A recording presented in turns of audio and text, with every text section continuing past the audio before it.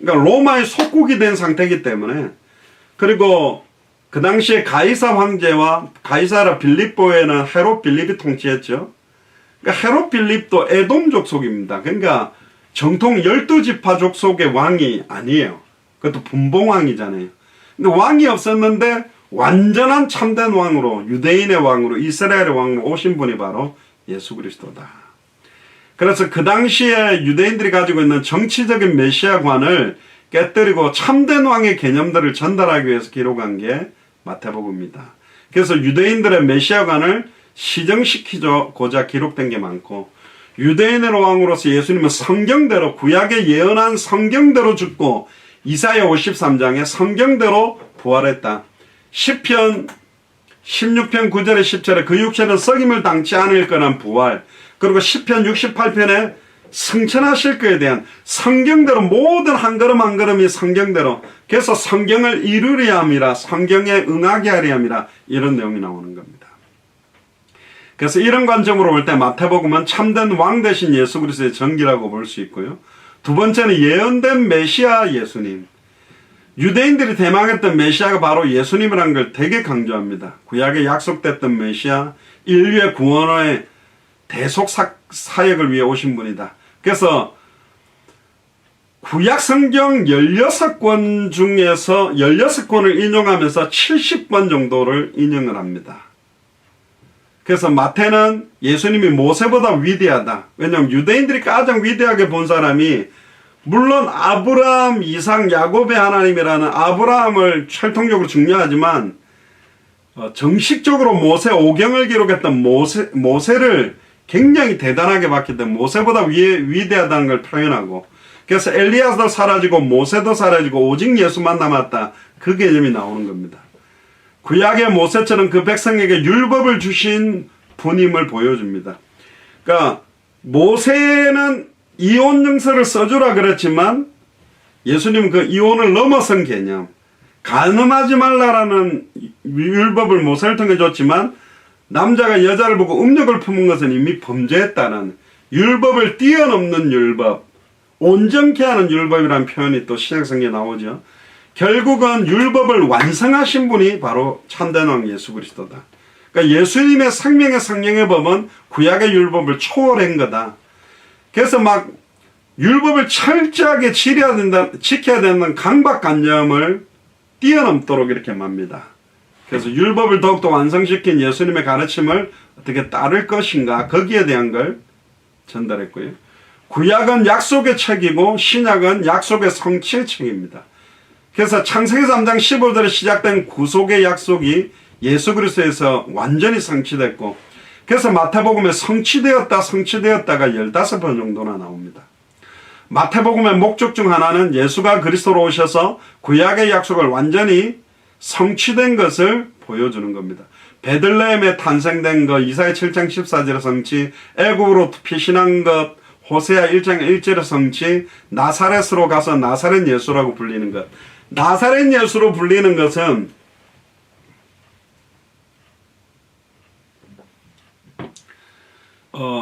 구약 성경의 성취입니다. 그럼에도 그 당시 유대인들이 나사렛 예수라고 부르는 것은 조롱이었습니다. 왜 조롱이냐? 메시아는 베들레헴에서 태어나거든요. 그럼 베들레헴 예수라고 불려야 돼요.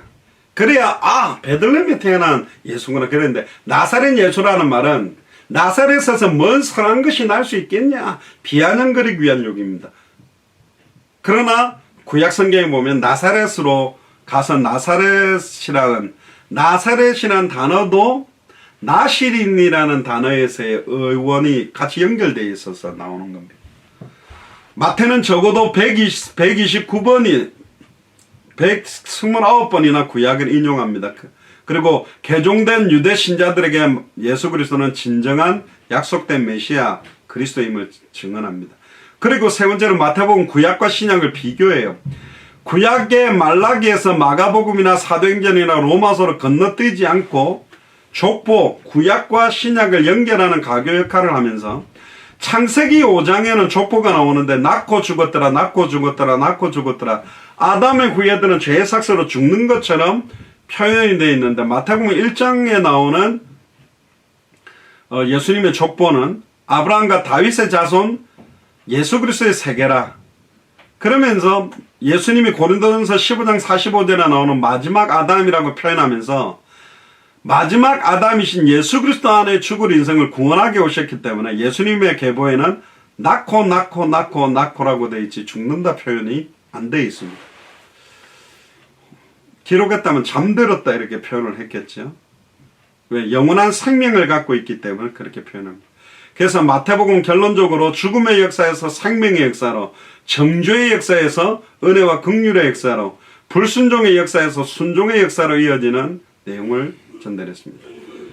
구성 방법으로 보면 1장이 서론이라면 일부적인 사건이 세례요한과 공생의 초기 사역이 거기에 따른 메시지가 5장의 산상수훈, 2부적인 사건이 각종 이적과 12제자를 임명하는 게 8장 9장이고 거기에 대한 제자들의 삶에 대한 메시지를 10장의 제자들의 삶과 선교와 순교에 대해, 또 3부 사건적인 게 세례요한의 운명과 죽음과 안식일 논쟁의 11장부터 12장, 거기에 대한 메시지를 천국 비유 13장, 그리고 4부적인 사건이 예수님과 세상 지도자, 화 있을 진저 바리새인 서기관들 하면서 대립에 대한 메시지가 13장에서 17장, 또 거기에 대한 하늘나라의 시민의 생활이 어떻게 돼야 되는지 18장 19장, 그 5부적인 사건이 각종 논쟁과 순환에 대한 예언이 19장부터 28장까지,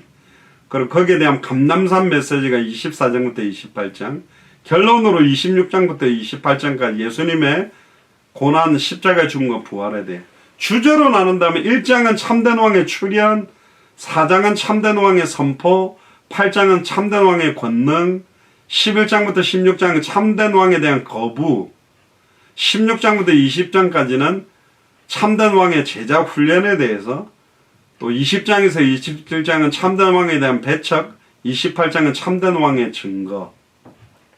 장소적으로 나눠보면 1장부터 2장은 탄생과 어린 시절에 대해, 3장부터 4장까지는 전도의 준비, 4장부터 18장까지는 갈릴리 지역에서의 사역이 나옵니다. 4장은 갈릴리 전도, 5장은 산상 설교, 8장은 메시아 이적, 10장에는 12제자를 부르시고 파송하는 교훈, 11장에는 예수님과 세례요한의 관계에 대해 실족하지 말라고, 11장은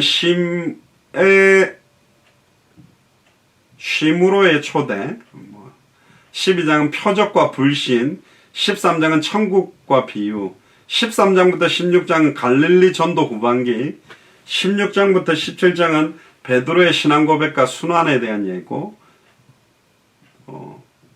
18장에는 겸손과 용서에 대한, 그리고 19장부터는 유대 지역에서의 사역입니다. 거기서 이혼 문제, 이혼이 많았다는 거죠. 부자 청년에 대한 물질을 추구하는 모습들, 포도원의 품꾼 비유, 그러니까 천국에 초대했지만 자식을 죽여버려서 다시 와서 그들을 죽이는, 또 섬기러 오신 예수님의 모습. 그리고 5번째는 이제 예루살렘으로 입성해서 사역하신 겁니다. 그러니까 처음에 탄생하셔서 유대 베들레헴에 탄생해서 애굽에 잠시 내려갔다가 나사렛으로 왔다가 갈릴리로부터 사역을 하고 유대로 사역을 하고 예루살렘으로 사역하는. 그래서 예루살렘 입성이 21장의 권세에 대한 문제, 22장은 혼인잔치, 22장은 부활과 첫째 계명. 가장 큰 계명이 뭐냐? 하나님 사랑하는 것, 마음을 다하고 뜻을 다하고, 두 번째는 내 이웃을 내 몸과 같이. 그러니까 가장 큰 계명 2개로 확정시킨 거는 구약 모든 율법의 엑기스입니다. 그리고 10계명도 2개로 딱 쪼개면 1계명부터 4계명까지는 하나님에 대한 사랑, 또 5계명부터 10계명까지 6가지 계명은 사람에 대한 사랑. 그래서 하나님을 사랑하는 것, 또 이웃을 사랑하는 것, 그게 2개로 압축을 해주셨고, 23장에는 외식자들에 대한 책망, 24장에는 말세에 대한 교훈, 25장에는 천국 비유, 그리고는 이제 예수님의 순환, 고난 순환 뭐 같은 말입니다. 부활에 대해서 순환을 준비하시는 장면, 겟세마네 동산에 기도하시고 결국 순환 받으시고 부활하시는 장면. 그게 이제 마태복음의 개요고요. 시간이 이제 거의 다 됐죠. 뭐 이거 하면서 제가 좀 설명을 했기 때문에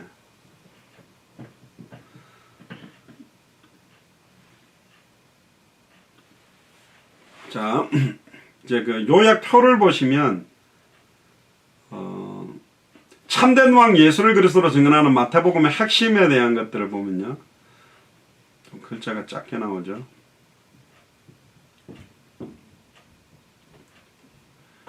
자, 1장에 왼쪽에는 장입니다. 1장에 보면 참된 왕의 계보가 나옵니다.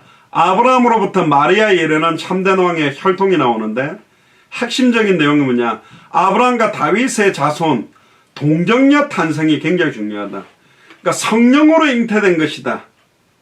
그 포커스가 굉장히 중요하고 창세기 3장 15절의 성취 그리고 2장은 참된 왕의 탄생이 나오죠.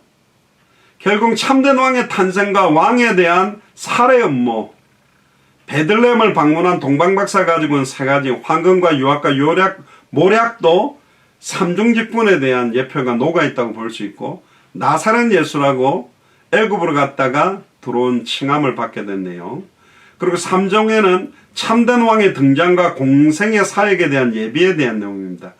세례 요한이 참된 왕의 사역을 예비합니다. 첩경, 지름길을 평탄케 하고 특히 참된 왕에 대한 하늘로부터 인정 내 사랑하는 기뻐하고 사랑하는 아들이다. 너는 내 아들이라 이 표현 찬양도 있죠. 그리고 회개하라 천국이 가까이 왔다.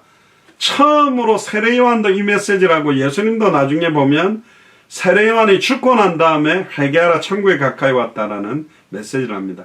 그리고 세례 요한에게 세례를 받으신 개념 그러니까 예수님이 오기 전에 마지막 선지자 제사장의 역할을 한 사람이 세례 요한인데 예수님이 그러면 언제 짊어졌냐? 어린 양 되시는 예수님 머리에 세례 요한이 손을 얹을 때 보라 세상계를 지고 가는 하나님의 어린 양이다. 그래서 그때 모든 인류 그 이후로 태어날 모든 인류의 죄 저와 여러분들 앞으로 우리의 자녀들이 결혼해서 태어나게 될 인류의 죄까지 다 짊어지신 하나님의 어린 양이 예수님이고 물로 세례를 주면 성령과 불로 세례를 주는 그 차이점이 3장에는 좀 중요한 내용입니다. 4장에는 참된 왕의 증장과 천국에 대한 선포가 나옵니다. 참된 왕이 받으시는 시험과 천국에 대한 선포가 나오죠. 그래서 여기 세 가지 시험 육신적인 시험 돌로 떡을 만들어 먹어라 그리고 성전 꼭대기에서 뛰어내려봐라 정신적이고 명예심에 대한 그리고 지극히 높은 산으로 가서 내 한 번만 절해라 영적인 시험 이 세 가지 시험을 기록된 말씀으로 승리하신 참된 왕 첫사람 아담과 하와는 사탄의 미혹을 받아 말씀을 정확하게 알지 못하고 믿지 못하고 순종하지 못해서 교만함으로 범죄했는데 마지막 아담은 말씀으로 사탄을 꺾은 것입니다. 그리고 5장 6장 7장에는 참된 왕의 통치의 원칙이 나타나는데요. 천국을 상속받을 자들에 대한 특징 그래서 복 있는 사람 그 복은 육신적인 복이 아니라 하늘에 속한 신령한 복을 말합니다. 그 내용을 선포합니다. 팔복에 대해 살인하지 마라, 간음하지 마라, 이혼에 대해, 맹세에 대해, 고소에 대해, 구제에 대해. 그러니까 예수님이 영적인 것뿐만 아니라 우리의 삶의 지침에 대한 것도 복음으로 다 답을 주셨어요. 구제와 기도와 용서와 금식과 재물에 대해 삶에 대한 염려, 판단하는 것, 정죄하지 마라, 비판하지 마라 이런 것까지 거짓 대언하는 자들이 얼마나 큰 저주를 받을지 예수를 그리스도로 믿는 천국에 속한 백성들의 삶에 대한 것들이 5장, 6장, 7장이고요. 8장, 9장에는 참된 왕의 권능이 이제 드러납니다. 참된 왕이심을 입증하는 표적들을 보여줍니다. 근데 다 못 깨닫죠. 그걸 보면서도. 참된 믿음을 요구하시는 참된 왕, 예수님의 병고침, 이스라엘 위한 표적을 같이 보여줍니다. 하인의 믿음을 통해 또 고쳐주시고 직접 가지 않아도 이스라엘에서 이만한 믿음을 본 적이 없다. 또 이제 세상에서 죄를 사는 권세, 죄 사함을 받았다. 그러니까 중풍병자한테니까 막 참남하다. 네가 뭔데 죄를 사냐? 죄를 사는 게 쉽겠냐? 중풍병자가 일어나서 침상을 들고 가는 게 쉽겠냐? 말로는 죄를 산다는 게 쉽겠죠. 근데 진짜로 과거 이제 미래 모든 죄와 죄를 해방시켜버릴 수 있다면 이건 불가능한 거잖아요. 근데 이것도 가능하고 예수님은 중풍병자를 이렇게 세우는 것도 가능한 왕이다. 그걸 표현하는 거고요. 10장, 11장, 12장에는 참된 왕의 선포와 핍박당하심입니다. 12제자를 이제 부르시고 현장으로 파송하고 많은 것들을 위임하시는 면, 차라리 이스라엘의 잃어버린 양들에게 가라. 그리고 합당한 자를 찾아라. 그리고 자기 십자가를 지고 나를 따라와야 된다. 그리고 참된 왕으로 거부되는 게 11장, 12장인데 11장에 보면 세례요한이 실족을 합니다.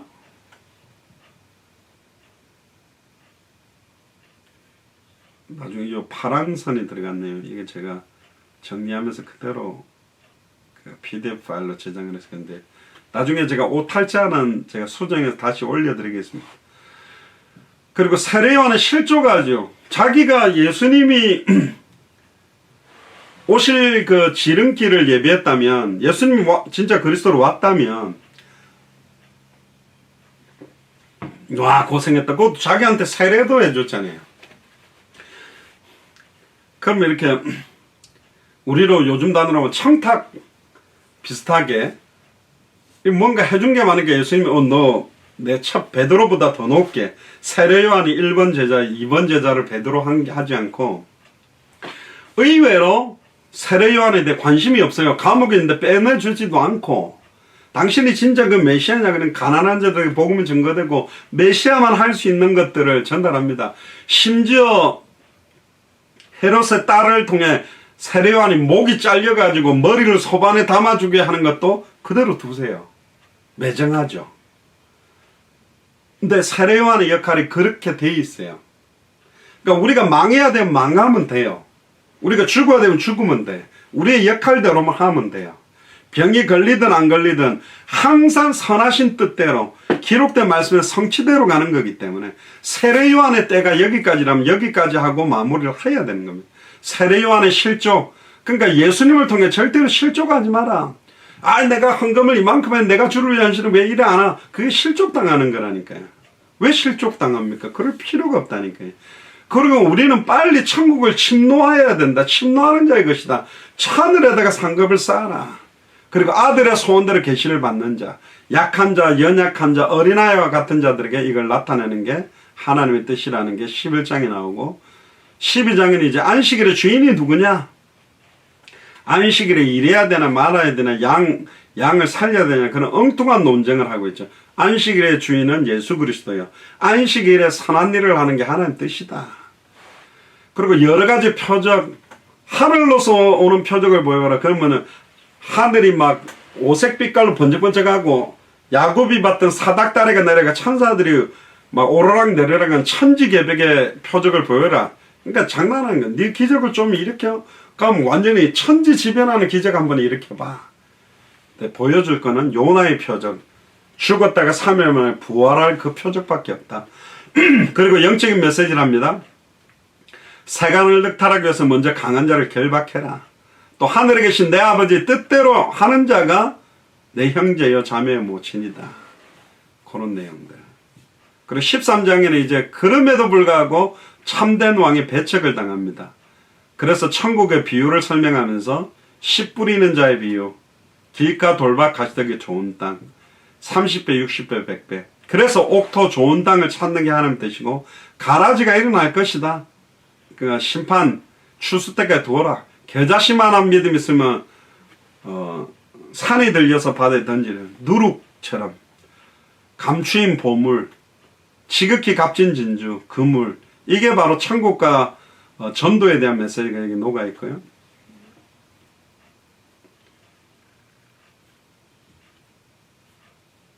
그 다음에 14장.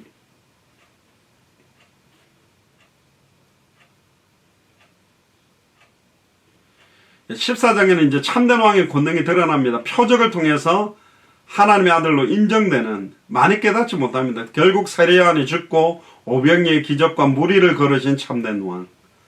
그리고 15장 16장은 참된 왕들에 대한 적들의 도전, 서기관들과 바리새인들의 도전과 참된 왕의 응전, 장로들의 유전으로 하나님 말씀 폐하려고 하지 마라. 뭐가 더러운 거냐? 입으로 들어가는 것과 입에 나오는 것, 들어가는 것보다 입에서 나오는 것들이 더러운 것이다. 주인의 상에서 떨어지는 부스러기만 받아도 족하겠다 했던 가나안 여자의 신앙 고백. 그리고 요나의 표정. 여기서 중요한 16장 16절에 주는 그리스도시요 살아계신 하나님의 아들이니시이다. 복을 주시되 반석 위에 내 교회를 세우며 천국 열쇠를 주고 음부의 권세를 이기는. 또 16장에 자기를 부인하고 자기 십자가를 지고 나를 따라와라. 또 16장 28절입니까? 죽기 전에 인자가 왕권을 가지고 올 것을 볼 자들이 있다라는 말씀을 주셨고 17장에 참된 왕의 영광을 미리 보여주죠. 변화산 사건. 엘리야 모세는 사라지고 오직 예수에는 아무도 보이지 아니하고 산을 옮길 만한 겨자씨만큼의 믿음. 믿음이 없으면 굉장히 책망을 많이 하셨습니다. 마태복음에는 참된 왕의 예수 그리스도 죽음과 부활을 이때 한번 예언합니다. 17장에서. 그리고 18장부터 25장까지가 참된 왕의 가르침과 대언이 나옵니다. 그래서 18장부터 20장, 21장, 22장은 천국에 대한 참된 왕의 비유들이 나옵니다. 포도원과 품꾼의 비유, 나중된 자로 먼저 되고 먼저 된 자로 나중될 자, 인자가 온 것은 섬기려 하고 대속물로 생명을 주려고 나귀를 타고 예루살렘에 입성하시는 겸손하신 참된 왕, 성전을 깨끗게 하고 두 아들의 비유. 첫째 아들은 안 가고 둘째 아들은 안 간다 했다가 갔는데 그게 더 낫다. 여행을 떠난 포도원의 주인, 돌아보니까 자식을 죽여서 군대를 보내서 다 죽여버린. 하나님이 독생자를 보냈는데 독생자를 십자가에 못 박아 죽였기 때문에 다시 오셔서 양과 염소를 나누듯이 천국으로 지옥불로 집어넣는 미리 예표를 보여주셨고, 왕의 혼인잔치로 초대를 받았지만 한 사람이 옷을 입지 않고 초대되는데 쫓아내버립니다. 묶어가지고 슬픔에 이를 가려. 천국에 들어온 거는 흰옷을 입고 준비된 예복, 예수 그리스도를 영접함으로 빛의 갑옷을 입고 성령 충만함을 받는, 성령으로 세례를 받는 신분이 바뀐 자들만 들어올 수 있다는 표현. 또 사두개인들이 부활이 있냐에 대한 질문에 대한, 뭐 장가 가는데 누구 취수 그러니까 형이 죽으면 형의 아내를 동생들이 이제 아내를 삼는 건데 누구 부인이냐 이런 질문을 합니다. 그리고 율법 중에 가장 큰 계명과 둘째 계명 하나님 사랑 이웃 사랑. 23장에는 참된 왕권에 도전한 자들에 대한 저주, 화 있을진저 서기관 바리새인들에 대해서. 이거는 사실은요 선교사는 메신저들이 들어야 되는 메시지입니다. 소경을 인도하고 아예 자기는 들어가지 않고 문을 잠가 놓는 그런 역할들.